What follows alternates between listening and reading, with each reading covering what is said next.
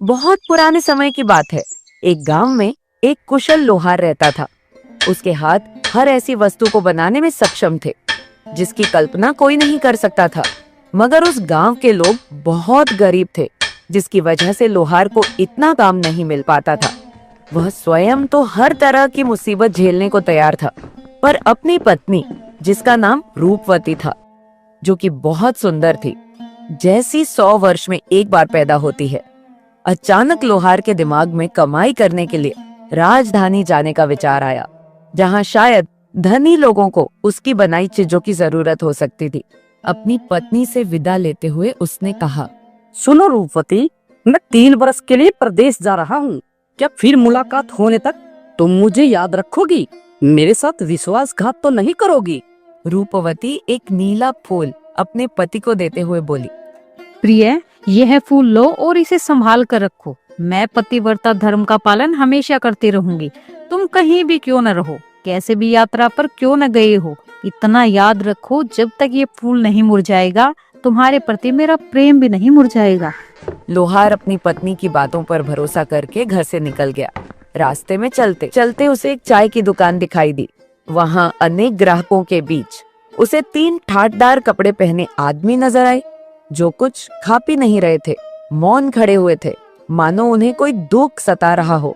लोहार को देखकर वे इस तरह से घूरने लगे कि वो परेशान हो उठा।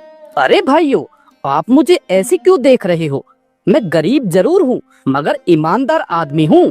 इस राजधानी में दूर दराज के गांव से काम ढूंढने आया हूँ। मैं कुशल लोहार हूँ, और जो मुझे काम सौंपेगा वो याद रखेगा कि उसका वास्ता मुझसे पड़ा है। तीनों पुरुषों ने एक दूसरे की तरफ देखा और उनमें से सबसे बड़े ने लोहार से कहा, अरे भाई, हमारी एक एक बात ध्यान से सुनो।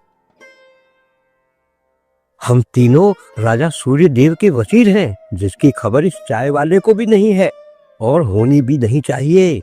हम समय काटने नहीं, बल्कि एक महत्वपूर्ण कार्य करने के लिए बाजारों, चाय खानों और भीड़ भाड़ वाली जगह के चक्कर काट रहे हैं। राजा ने हमें उसके लिए सोने और चांदी का महल बनवाने का हुक्म दिया है। उसने समय पर महल तैयार न करने पर हमें मौत की धमकी दी है। हम बड़ी उलझन में हैं, क्योंकि समय बीतता जा रहा है, लेकिन हम राजधानी में किसी ऐसे कारीगर को नहीं खोज पा रहे जो इतना कठिन कार्य करने को तैयार हो। अगर तुम काम करके हमारी सहायता नहीं कर सकते तो क्या हुआ, कम से कम सलाह तो दे सकते हो। बुद्धिमान वजीरों, खुद किस्मत ने मुझे इस चाय खाने की राह दिखाई है। मुझे आवश्यक सोना चांदी दीजिए और मददगार दीजिए। मैं आपको निश्चित समय पर ऐसा महल तैयार करके दूंगा जैसा आज तक किसी राजा के पास नहीं हुआ। लोहार ने उसी दिन काम शुरू कर दिया। भट्टियां दहकने लगी, हथौड़ों तले मूल्यवान धातु ठनठनाने लगी और चतुर कामगार बड़े कारीगर के निर्देशानुसार काम करते हुए इधर उधर भागने लगे। समय के अनुसार महल बनकर तैयार हो गया। वास्तव में उससे पहले कभी इतने सुंदर भवन ने किसी राजधानी की शोभा नहीं बढ़ाई थी। राजा सूर्यदेव ने जब नया महल देखा तो उसने तुरंत अपने वजीरों का वेतन तिगुना कर दिया। फिर वह बोला, मैं धरती पर ये अलौकिक चमत्कार कर दिखाने वाले कारीगर को देखना चाहता हूँ। लोहार को लाया गया। राजा ने उससे कहा, आज से तुम मेरे घनिष्ठ सलाहकार और दोस्त हुए। मैं चाहता हूँ कि तुम्हारी प्रतिभा और कौशल का उपयोग न तो मेरी प्रजा करे और न ही कोई विदेशी बादशाह। तुम इस सुंदर महल में मेरे पास रहोगे और केवल मेरे लिए काम करोगे। तीनों वजीर लोहार से मन ही मन जलने लगे और अकेले में मिलकर उसे किसी तरह बर्बाद करने की सोचने लगे। एक दिन वजीरों ने राजा के पास जाकर कहा, महाराज, आपका चहेता लोहार जादूगर है। उसने महल किसी जादुई फूल की सहायता से बनाया है और उसी की बदौलत वह आपका कृपा पात्र बन गया है। उस फूल को वह लोगों की नजरों से छिपा कर रखता है। हमें लगता है कि यह दुष्ट आपके प्राण लेने के लिए आपके विरुद्ध कोई षड्यंत्र रच रहा है। तुम मुझसे छिपाकर कौन सा फूल सीने में लगाए रखते हो? अगर अपनी जान बचाना चाहते हो तो सच सच बताओ। लोहार हैरान रह गया कि उसका रहस्य किसने खोला है। उसने न मुरझाने वाला फूल निकालकर राजा सूर्यदेव को अपनी पत्नी तथा उसकी विदाई के समय कही सारी बातें ईमानदारी से बता दी। महाराज, ये फूल मेरी पत्नी के प्रेम की निशानी है। जब मैं घर से आया था तो उसने मुझे जाते समय कहा था कि जब तक यह फूल नहीं मुरझाएगा तब तक मेरा प्रेम तुम्हारे प्रति बना रहेगा। महाराज, यह ढीठ अपने मालिक के सामने झूठ बोलने का साहस कर रहा है। हमें अच्छी तरह से मालूम है कि इसकी पत्नी इसे कब का भूल चुकी है और किसी भी आदमी से खुशी खुशी शादी करने को तैयार बैठी है। दुनिया में ऐसी कोई औरत नहीं है जो धन और उपहार के लालच में न फंस जाए। अगर महाराज आप इजाजत दें तो मैं ये साबित कर सकता हूँ। ठीक है, जब तक तुम कोई सबूत लेकर नहीं आओगे तब तक इस कारीगर को बिना कोई हानि पहुंचाए कैद खाने में रखा जाएगा। पहला वजीर सरपट घोड़ा दौड़ाता उस गांव में पहुंचा जहां लोहार की पत्नी रहती थी। उसने वहां किसी संदिग्ध व्यक्ति से जान पहचान कर ली और उसकी मुट्ठी गर्म करके उसे अपनी योजना बताई। अरे भाई, लोहार की पत्नी जैसी पतिव्रता औरत इस गांव में ही क्या सारी दुनिया में नहीं मिलेगी। इस मामले में केवल रजिया ही तुम्हारी मदद कर सकती है। वह आदमी बिना कल पर टाले दुष्ट औरत रजिया को वजीर के पास ले आया। वजीर ने सारा किस्सा रजिया को बताया। उसकी सारी बात सुनकर वह बोली, अजनबी, अगर तुम्हारे पास 1000 सरफिया हो तो मैं तुम्हें उस औरत से मिलने के लिए अपनी सारी चालाकी से काम लेने को तैयार हूँ। वजीर ने 1000 अशरफियां रजिया को दे दी। फिर वह लोहार के घर की तरफ चल दी। रजिया कुछ अशरफियां लोहार की पत्नी को देते हुए बोली, बेटी, तुम्हारा पति परदेश की खाक छानता फिर रहा है और शायद तुम्हें भूल भी चुका होगा। ये रकम तुम्हारे छोटे मोटे खर्चों के लिए एक ऐसे भले आदमी ने तुम्हें भिजवाई है जो तुम्हें बहुत प्यार करता है। वह नामी और धनी है और अगर तुम उसे जरा प्रेम से पेश आओ तो वह तुम्हें सोने में पीली कर देगा और सुखी बना देगा। मोसे, उस आदमी को मेरे पास ले आओ। मैं अपना दरवाजा खुला रखूंगी। उसे रास्ता दिखाकर खुद घर चले जाना। मैं उसका वैसे ही स्वागत करूंगी जिसके वह योग्य होगा। रजिया वजीर के पास जाकर बोली, लोहार की बीबी ने रकम रख ली और वह हर बात के लिए तैयार है। आज की शाम तुम उसके साथ बिताओगे। वजीर अपनी सफलता पर बहुत खुश हुआ। जब अंधेरा हुआ तो वजीर लोहार के घर पहुंचा। रूपवती ने मुस्कान और हंसी मजाक के साथ अतिथि का स्वागत किया। उसे चूल्हे के आगे बिठाया और उसके सामने खाना परोस दिया। किंतु वजीर ने पुलकित होकर खाने की तरफ हाथ बढ़ाया ही था कि जोर से दरवाजे खटखटाने की आवाज आई। वजीर ने घबरा कर पूछा, यह क्या हुआ? लोहार की पत्नी को खटखटाहट का कारण भली भांति मालूम था। उसने दिन में ही दरवाजे पर पति का हथौड़ा लटका दिया था और उस समय रात की हवा उसे हिलाकर लकड़ी से टकरा रही थी। किंतु स्त्री ने खुद भी बुरी तरह डरने का दिखावा किया और जल्दी से बोली, आदरणीय अतिथि, यह जरूर मेरा भाई दरवाजा खटखटा रहा होगा। वह ज्यादा देर नहीं रुकेगा। तुम कृपया करके 1 मिनट के लिए पास वाले कमरे में छिप जाओ। वजीर ने दहली लांघी ही थी कि स्त्री ने उसे पीछे से धक्का दे दिया और वह सिर के बल अंधेरे गड्ढे में गिर गया। उसी समय शाही महल बंद लोहार ने नीले फूल को निकाल कर देखा। फूल ताजा और खुशबूदार था, वैसा ही जैसा कि रूपवती ने बिछड़ने के दिन दिया था। अगले दिन लोहार की पत्नी ने गड्ढे में भेड़ के ऊन का ढेर डाल दिया और अपने कैदी को उसे धुनने का आदेश दिया। याद रखो, काम ढंग से नहीं किया तो दोपहर में जई की रोटी नहीं मिलेगी। वजीर को गए कई दिन बीत गए, जबकि राजा उसका इंतजार करता करता ऊब गया। एक दिन उसने दूसरे वजीर से कहा, तुम्हारे मित्र की मेरे सामने आने की हिम्मत नहीं हो रही है, क्योंकि लगता है वह कुछ नहीं कर पाया है। अगर तुम लोगों ने कारीगर की झूठी शिकायत की तो तुम्हारी खैर नहीं। महाराज, हमने आपको बिल्कुल सच बात बताई है। अगर आप हुक्म दे तो मैं इसे साबित कर सकता हूँ। ठीक है, लेकिन जल्दी लौटना। कुछ समय बीतने पर दूसरे वजीर के साथ भी वैसा ही हुआ जैसा कि पहले वजीर के साथ हुआ था। व्यर्थ धन खर्च करके वह भी गड्ढे में पहुंच गया। गड्ढे में उसकी दृष्टि भेड़ का ऊन धुन रहे आदमी पर पड़ी। तुम कौन हो? तब वे एक दूसरे को पहचान गए और एक दूसरे को दोषी ठहराते हुए आपस में झगड़ने लगे। लोहार ने नीला फूल निकालकर देखा, वह ताजा और सुगंधित था। राजा सूर्यदेव ने इस बीच दूसरे वजीर के लौटने की प्रतीक्षा किए बिना तीसरे वजीर को लोहार की पत्नी के पास जाने को कहा।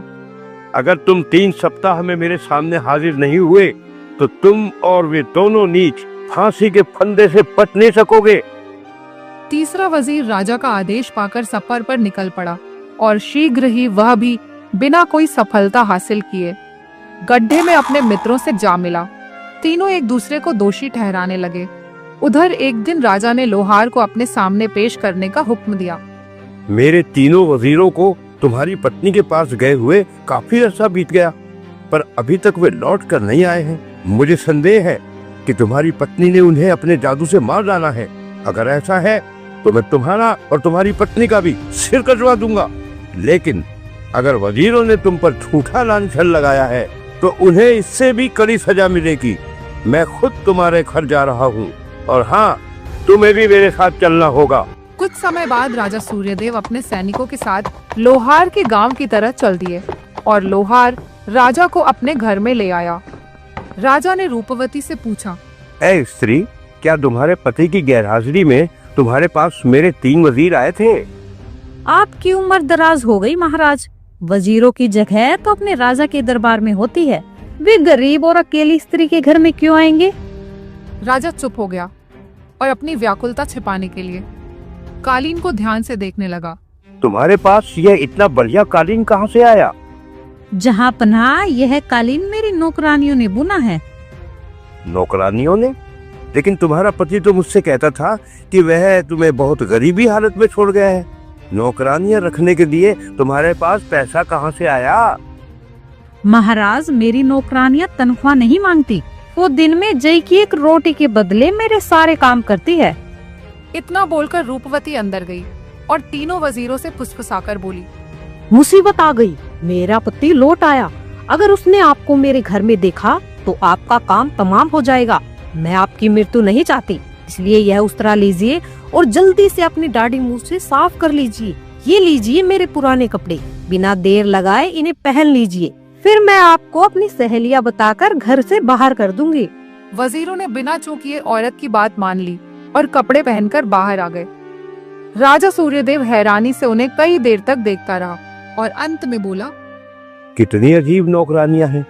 कदकाठी से तो नहीं लगती कि ये औरतें हैं। मुझे इनके चेहरे जाने पहचाने लगते हैं। महाराज, यही है वो जिन्होंने आपसे मेरी झूठी शिकायत की और मेरी पतिव्रता पत्नी पर लांछन लगाया। महाराज महाराज, हमें माफ कर दीजिए, हमसे बहुत बड़ी भूल हुई है। राजा सूर्यदेव आरंभ में उनकी बात गुस्से में सुनता रहा, पर जब वे लोहार के घर में हुई अपनी दुर्गति के बारे में बताने लगे तो राजा सूर्यदेव के हंसते हंसते आंसू आ गए। अरसे से मैं इतना दिल खोलकर कभी नहीं हंसा। आज से ये तीनों मूर्ख जिन्हें इस स्त्री ने धोखा दिया और जिन्हें पहले मैं अपने वजीर कहता था, मेरे यहाँ मामूली नौकरों का काम करेंगे। इनसे मैं पूरे महल की साफ सफाई करवाऊंगा और तुम मेरे कुशल कारीगर रहोगे। अपनी पतिव्रता बीवी को लेकर एक सम्मानित अतिथि के रूप में मेरे साथ राजधानी चलोगे। मैं तुम्हारी सेवा और योग्यता के अनुसार तुम्हें बहुत से पुरस्कार दूंगा। बहुत समय पहले की बात है। एक नगर में तारावती नाम की एक विधवा औरत रहती थी। कुछ साल पहले ही उसके पति का देहांत हो गया था। वह अपने 7 साल के बेटे के साथ रहती थी। उसका लड़का बहुत ही समझदार और होशियार था, जिसका नाम था रमन। एक बार की बात है, कहीं से 3 डकैत एक बक्सा चोरी करके लाए और तारावती के पास आकर बोले, बहन जी, हम 3 मित्र व्यापार के लिए निकले हैं। हमारे पास कुछ जमा पूंजी है। हम यहाँ पर नए हैं और फिर हमारी यहाँ पर किसी से जान पहचान भी नहीं है, इसलिए हमने सोचा कि इस जोखिम को कहाँ लेकर फिरे। आप इसे रख लीजिए, इसके बदले हम आपको कुछ पैसे दे देंगे और जब तक हम तीनों साथ मिलकर न लौटे तब तक यह बक्सा किसी को मत देना। तारावती ने सोचा, एक ही तो बक्सा रखना है, इसके बदले मुझे पैसे भी मिल रहे हैं। इससे अच्छा और क्या हो सकता है? कुछ दिन तो घर का काम चलेगा। ठीक है भाई, मुझे लगता है आपका सामान बहुत कीमती है, इसलिए जल्दी से लेकर जाना। यहाँ चोर लुटेरे बहुत घूमते हैं, कहीं उनको पता लग जाए तो यह बक्सा उठा ले जाए। ठीक है बहन, हम तीनों जल्द ही आपसे यह बक्सा लेने आएंगे, आप चिंता मत कीजिए। इतना बोलकर तीनों डकैत वहां से रवाना हुए। वो थोड़ी ही दूर गए थे कि उन्हें एक दूध वाला दिखाई दिया जो दूध लेकर बेचने जा रहा था। इन लोगों को दूध पीने की इच्छा हुई, मगर पास में बर्तन नहीं था। इसलिए दोनों डकैतों ने अपने तीसरे साथी को कहा, अरे छगन, यहाँ तो हम किसी को नहीं जानते। तुम ऐसा करो, उस औरत के पास जाओ और वहाँ से कोई बर्तन लेकर आओ। तब तक हम लोग यहाँ तुम्हारा इंतजार कर रहे हैं। तीसरा डकैत बर्तन लेने के लिए तारावती की घर की ओर चल पड़ा, लेकिन वह बहुत बड़ा लालची और चालाक आदमी था। रास्ते में उसकी नीयत बिगड़ गई। वो तारावती के पास आकर बोला, बहन जी, हम लोगों का विचार बदल गया है। अब हम यहाँ नहीं रुकेंगे, हम आज ही दूसरे नगर में चले जाएंगे। इसलिए आप हमारा बक्सा लौटा दीजिए। मेरे दोनों मित्र वहाँ सामने खड़े मेरा इंतजार कर रहे हैं। उन्होंने मुझे बक्सा लेने के लिए भेजा है। लेकिन आपके एक साथी ने तो कहा था कि जब तक आप तीनों बक्सा लेने ना आओ तब तक नहीं देना। इसलिए जब तक आप तीनों मिलकर बक्सा लेने नहीं आओगे तब तक मैं बक्सा आपको नहीं दूंगी। अरे बहन जी, आपकी बात बिल्कुल ठीक है, लेकिन मैं आपकी तसल्ली के लिए अपने साथियों से यह बात पूछवा देता हूँ। आप जरा मेरे साथ बाहर चलिए। जब तारावती बाहर जाने लगी तो उसके लड़के रमन ने टोका, माँ, आप इस आदमी के साथ बाहर मत जाइए। मुझे इसकी नीयत में खोट लग रहा है, इसलिए यह अकेला आया है।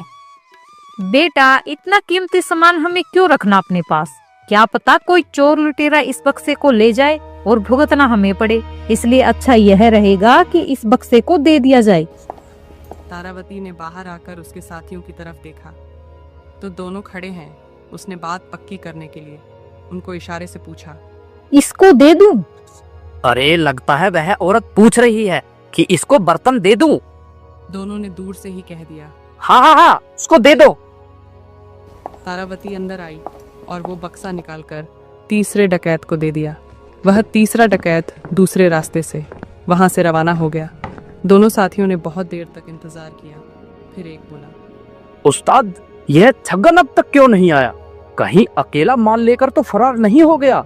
अरे मूर्ख, तू कैसी बातें करता है? मैंने उस औरत को कहा था कि जब तक हम तीनों मिलकर ना आए तब तक किसी को बक्सा मत देना।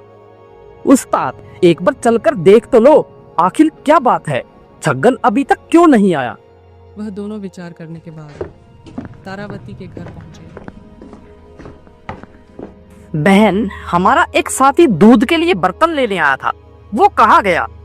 अरे कौन सा दूध, कौन सा बर्तन? उसने तो कहा था आप दोनों वह बक्सा मंगवा रहे हैं और आप लोग वहाँ उसका इंतजार कर रही हैं। और फिर मैंने आपसे वह बक्सा देने के लिए पूछा था तो आप लोगों ने बोला भी तो था वह बक्सा उसको दे दो। इसलिए मैंने वह बक्सा तुम्हारे साथी को दे दिया। क्या वह अभी तक आपके पास नहीं पहुँचा? तुमने एक आदमी को बक्सा क्यों दे दिया, जबकि हमारी बात तो तीनों को साथ में देने की हुई थी? देखो भाई, जो बात थी वह मैंने आपको बता दी। ज्यादा से ज्यादा आप वह पैसे रख लीजिए जो जाते समय आप मुझे देकर गए थे। लेकिन उन दोनों डकैतों ने तारावती की कोई बात नहीं मानी और बात इतनी बढ़ गई कि राज दरबार तक जा पहुंची। दुहाई हो महाराज, दुहाई हो। मेरा नाम जग्गू है। हम दो आदमी इस परदेश में नए हैं। हम व्यापार करने के लिए 3 लोग यहाँ पर आए थे। हमारे पास कुछ जमा पूंजी थी जो हमने इस औरत के पास रख दी थी। और शर्त यह थी कि जब तक हम तीनों लौट कर ना आए तब तक वह जमा पूंजी किसी को ना दे। लेकिन इस औरत ने हमारे सारे पैसे एक ही आदमी को दे दिए। अब आप इसका फैसला कीजिए महाराज। राजा ने तारावती से पूछा, क्यों? क्या इन लोगों ने तुझे कोई बक्सा दिया था और ऐसा कहा था कि जब तीनों मिलकर आए तब लौटाना? जी महाराज, कहा था। तो फिर तुमने एक ही आदमी को बक्सा क्यों दे दिया? अब इन दोनों को भी अपना अपना हिस्सा मिलना चाहिए। अब तुम्हें अपनी जमीन जायदाद, गाय भैंस, जो कुछ भी हो वह बेचकर इन लोगों का हिस्सा चुकाना पड़ेगा। यह हमारा आदेश है। इतना सुनकर तारावती रोने लगी। वो विधवा थी और घर में छोटा लड़का था। कमाने वाला कोई था नहीं। अगर संपत्ति नीलाम हो जाएगी तो गुजारा कैसे होगा?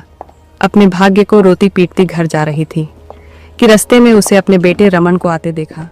रमन ने अपनी माँ को रोते हुए देखा तो उसे रहा नहीं गया और वह पूछने लगा, माँ, क्या हुआ? आप क्यों रो रही हो? तारावती ने रमन को सारा किस्सा सुनाया। क्या करूं बेटा, मेरी तकदीर ही ऐसी फूटी। न ही मैं उनका बक्सा लेती और न ही हमारे साथ ऐसा होता। माँ, मैंने तो आपसे पहले ही कहा था कि मुझे ये लोग ठीक नहीं लग रहे, लेकिन आप चिंता मत कीजिए, ये सब आपके तकदीर का कसूर नहीं है, उस राजा की खोपड़ी का कसूर है। संयोग से राजा भेस बदलकर वहीं से गुजर रहा था। उसने माँ बेटे की बात सुन ली। वो उनके पास आकर पूछने लगा, क्या बात है बेटा, तुम लोग कुछ परेशान दिखाई दे रहे हो और ये औरत रो क्यों रही है? अरे चाचा जी, बात यह है कि अपने नगर का राजा है, जबकि मैं उन्हें नहीं जानता हूँ। उन्हें न्याय करना नहीं आता। मेरी माताजी के मामले में उन्हें गलत फैसला सुना दिया। उस छोटे से बच्चे की बात सुनकर राजा आश्चर्यचकित रह गया और बोला, अगर तुम राजा की जगह होते तो कैसा न्याय करते? अगर राजा को न्याय करवाने की गरज होगी तो मुझे दरबार में बुलाएंगे, फिर मैं न्याय करूँगा। दूसरे दिन राजा ने रमन को बुलाया। तारावती और दोनों डकैतों को भी बुलाया गया। राजा ने पूरा मामला रमन को सौंप दिया। रमन ने मुकदमा चलाते हुए पहले तारावती से पूछा, क्यों माताजी, इन तीनों सज्जनों ने आपको बक्सा संभालने के लिए दिया था? हाँ। माताजी, क्या इन तीनों ने यह बात कही थी कि हम तीनों मिलकर बक्सा लेने आए तभी उनको देना? हाँ, कहा था। रमन अब दोनों डकैतों की ओर मुड़कर बोला, अरे फिर तो कोई झगड़े की बात ही नहीं। आपने ऐसे ही कहा था ना कि जब हम तीनों मिलकर आए तब भी हमें बक्सा लौटा देना।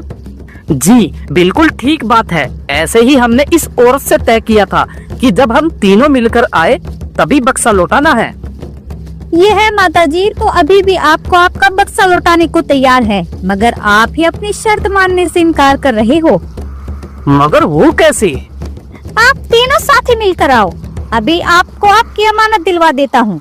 आप तो दो ही हो, आपका तीसरा साथी कहाँ है? उसे बुला कर लाओ। जब तीनों साथ में आओगे तभी आपका बक्सा मिलेगा। आप बेवजह माताजी को परेशान कर रहे हो। इतना सुनकर दोनों डकैत वहां से रवाना हो गए। सारी सभा दंग रह गई। सच्चा न्याय तोलने वाले प्रतिभा बालक की चतुराई देखकर राजा भी बड़ा प्रभावित हुआ। बहुत समय पहले की बात है। एक गांव में राजपाल नाम का एक आदमी रहता था, जिसके 3 बेटे थे। 2 बड़े बेटे उसकी पहली पत्नी से थे और छोटा बेटा, जिसका नाम दीवान था, वो उसकी दूसरी पत्नी से। दीवान बहुत ही समझदार और बुद्धिमान था, परंतु उसके भाई उसे बचपन से ही प्यार नहीं करते थे। पिता की मृत्यु के बाद बड़े भाइयों ने सारी जमा पूंजी आपस में बांट ली और छोटे भाई को केवल एक पुराना घर और 2 बकरी ही दी और कहा, गाय जब बर्फ के छेद में पानी पीती है तो बछड़ा बर्फ चाटता रहता है। दीवान ने न भाइयों से बहस की और न ही उनसे झगड़ा। उसने मन ही मन कहा, कोई बात नहीं, किसी न किसी तरह गुजारा कर लूंगा। धनी होने से ईमानदार होना अच्छा है। कुछ समय पश्चात दीवान को एक गरीब लड़की पसंद आई। उसने उससे विवाह कर लिया और अपनी युवा पत्नी के साथ सुख चैन से रहने लगा। 1 वर्ष बीत गया। एक बार बड़े भाइयों ने छोटे भाई को अपने पास बुलाया और कहा, दीवान, हमें उड़ती उड़ती खबर मिली है कि राजा सूर्य प्रताप की राजधानी में बकरियों का भाव चढ़ गया है। हम बकरियों को वहाँ बेचने जाना चाहते हैं। जरा रास्ते में हमारी बकरियों को संभालने में हमारी मदद कर दो। अगर सौदा अच्छा रहा तो हम तुम्हें एक अच्छी सी गाय दे देंगे। इनाम के लिए धन्यवाद बड़े भाई, पर मैं तो बिना किसी इनाम के ही तुम्हारी मदद करने को तैयार हूँ। यह तो बहुत अच्छी बात है। पिताजी तुम्हारी नेक दिली के लिए तारीफ के पुल यूं ही थोड़े ही बांधते थे। भाई, तुम सफर की तैयारी करो, हम सुबह जल्दी ही निकल जाएंगे। सुबह दीवान अपनी पत्नी से विदा लेने लगा। अच्छा प्रिय, मैं चलता हूँ, काम खत्म करके जल्दी ही लौटूंगा। प्रिय, तुम्हारी यात्रा सफल रही। जब लौट कर आओगे तो तुम्हारा बेटा यानी अपनी पहली संतान पालने में तुम्हारा इंतजार कर रहा होगा। दीवान को बकरियों के साथ काफी भटकना पड़ा, क्योंकि बड़े भाई उसे अपने साथ इसलिए तो ले गए थे जिससे कि उन्हें कम से कम काम करना पड़े। किंतु अपनी पत्नी की पहली संतान के बारे में कहे शब्द याद करके उसने न थकान की परवाह की और न ही दूरी की। तीनों भाई राजधानी में पहुंचे। उन्होंने बाजार के पास बकरियों के लिए एक बाड़ा किराए पर लिया और रात को वहीं डेरा जमाया।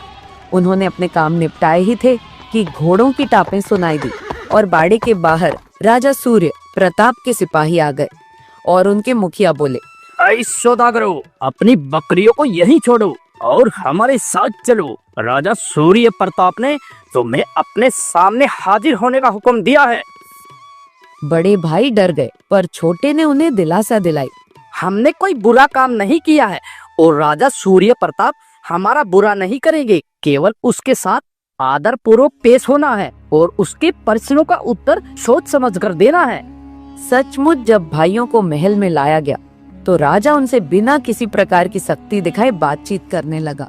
हर मौसम में अलग अलग फसल होती है और हर देश में अपने अपने रीति रिवाज होते हैं। हमारे यहाँ ऐसा दस्तूर है, जो कोई राजधानी में अपना माल बेचने आता है उसे राजा सूर्य प्रताप के सामने हाजिर होकर उसकी कही पहेली बुझानी होती है।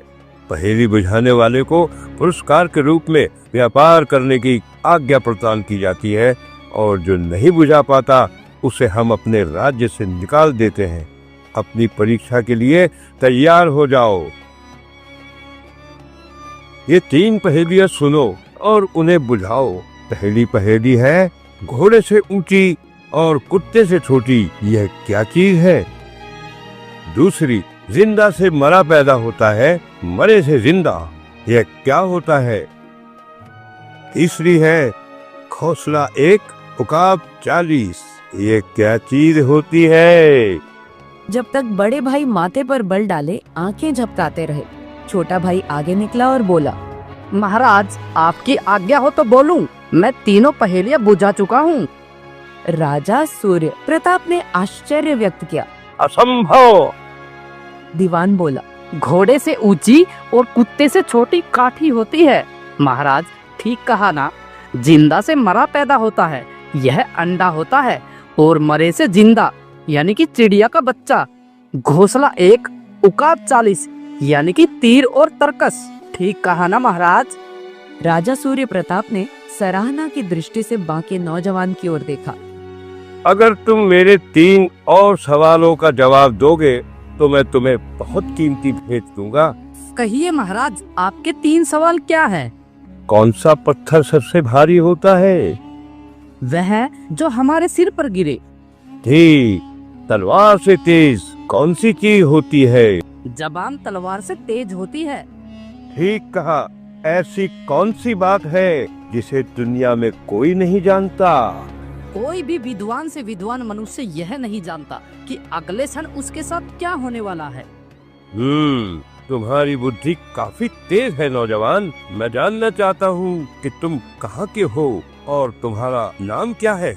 हो सकता है मुझे आगे तुम्हारी जरूरत पड़े। महाराज मेरा नाम दीवान है और ये मेरे बड़े भाई है और हम झज्जर नगर के निवासी हैं।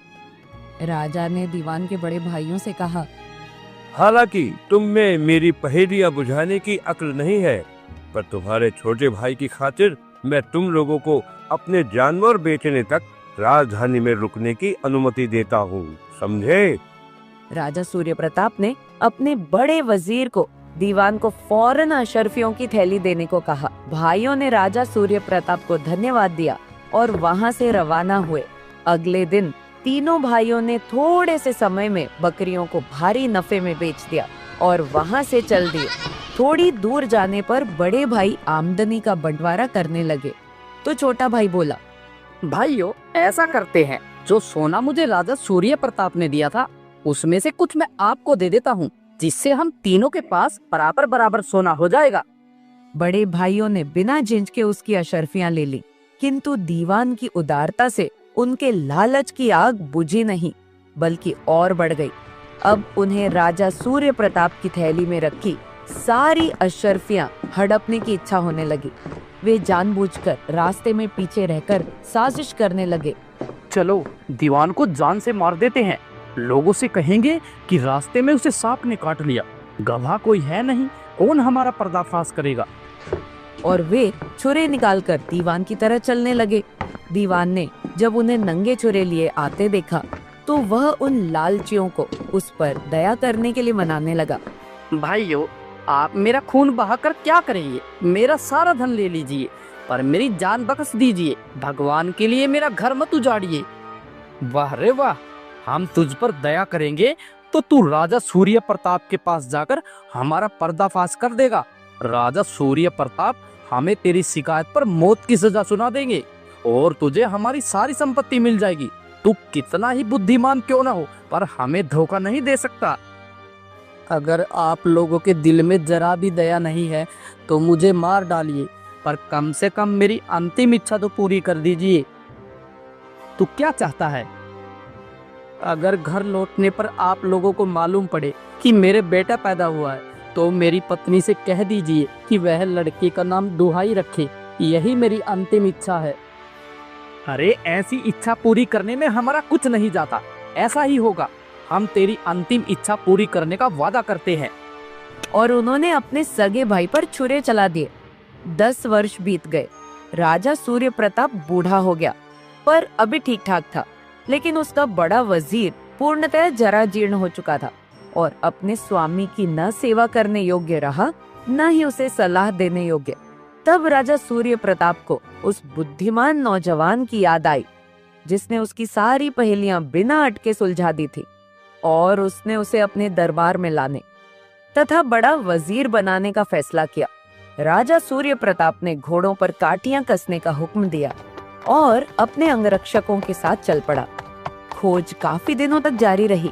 एक दिन घुड़सवार किसी गांव के पास पहुंचे और अचानक उन्हें दूर से आती आवाज सुनाई दी। दुहाई, दुहाई, दुहाई। मेरे पीछे पीछे चलो, वहाँ कोई किसी स्त्री को सता रहा है।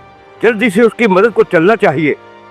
जब स्त्री के सामने अचानक राजा सूर्य प्रताप आ पहुंचे तो वह डर गई। राजा सूर्य प्रताप ने उससे स्नेह पूर्वक पूछा, क्या हुआ है औरत? तुम दुहाई दुहाई क्यों चिल्ला रही थी? तुम्हें किसने सताया? महाराज, मुझे किसी ने नहीं सताया। दुहाई तो मेरे बेटे का नाम है। वह लड़कों के साथ जंगल की तरफ भागा है। खाने का समय हो गया है, इसलिए मैं उसे आवाज दे रही थी। राजा सूर्य प्रताप को आश्चर्य हुआ। कितना विचित्र नाम है। मैंने पहली बार ऐसा नाम सुना है। तुम्हें और तुम्हारे पति को अपने बेटे का यह नाम रखने की कैसे सूझी? महाराज, आज से 10 वर्ष पहले मेरे पति अपने 2 भाइयों के साथ महाराजा सूर्य प्रताप की राजधानी गए थे और लौटते समय रास्ते में वह सांप के काटने से मर गया। पर मरने से पहले उन्होंने अपना प्रथम बालक का नाम दुहाई रखने की इच्छा व्यक्त की थी। यह बताओ कि तुम्हारे पति का नाम क्या था? दीवान तो नहीं था? जी हाँ, उनका नाम दीवान ही था। अब मुझे सारी बात समझ में आ गई। बुद्धिमान और नेक आदमी सांप के काटने से नहीं, लोगों के द्वेष के कारण मारा गया है। अपने बेटे का नाम दुहाई रखने को कहकर उसने अंतिम क्षण में अपने मरने की खबर भिजवाई थी। राजा सोच में पड़ गया। उसके चेहरे पर व्याकुलता झलकने लगी। फिर कुछ देर बाद वह बोला, हे स्त्री, अब यह बताओ कि उन हत्यारे भाइयों ने तुम्हें दीवान की अशर्फियां दी थी या नहीं?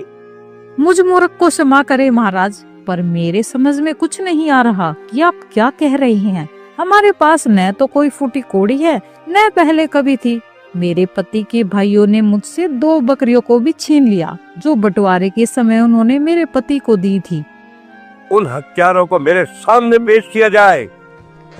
राजा की बात मानकर सिपाही दीवान के भाइयों को ले आए।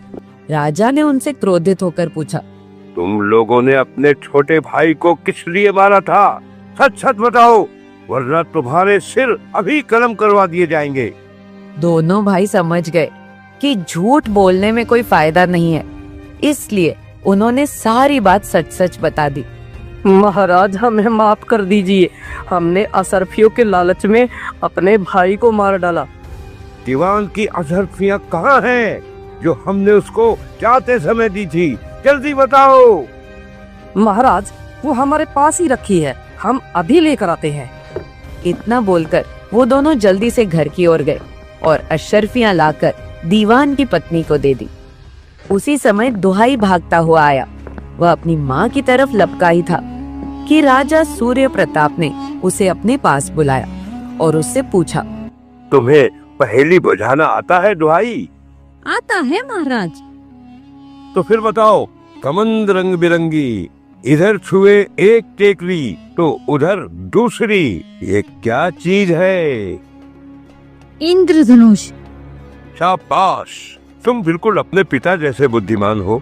तुम मेरे साथ महल में चलोगे वहाँ पढ़ोगे और मेरी सेवा करोगे, और बड़े हो जाने पर जब ज्ञान प्राप्त कर लोगे तो मैं तुम्हें अपना वजीर बना दूंगा। महाराज, आपके पास नौकरों की कमी नहीं है, मगर मेरी माँ के पास एक ही नौकर है, एक ही सलाहकार और एक ही रक्षक है, और वह मैं हूँ। मुझे अपनी माँ के पास ही रहने की इजाजत दीजिए महाराज। राजा उस बालक की बात मानकर अपनी राजधानी की तरफ चल दिया।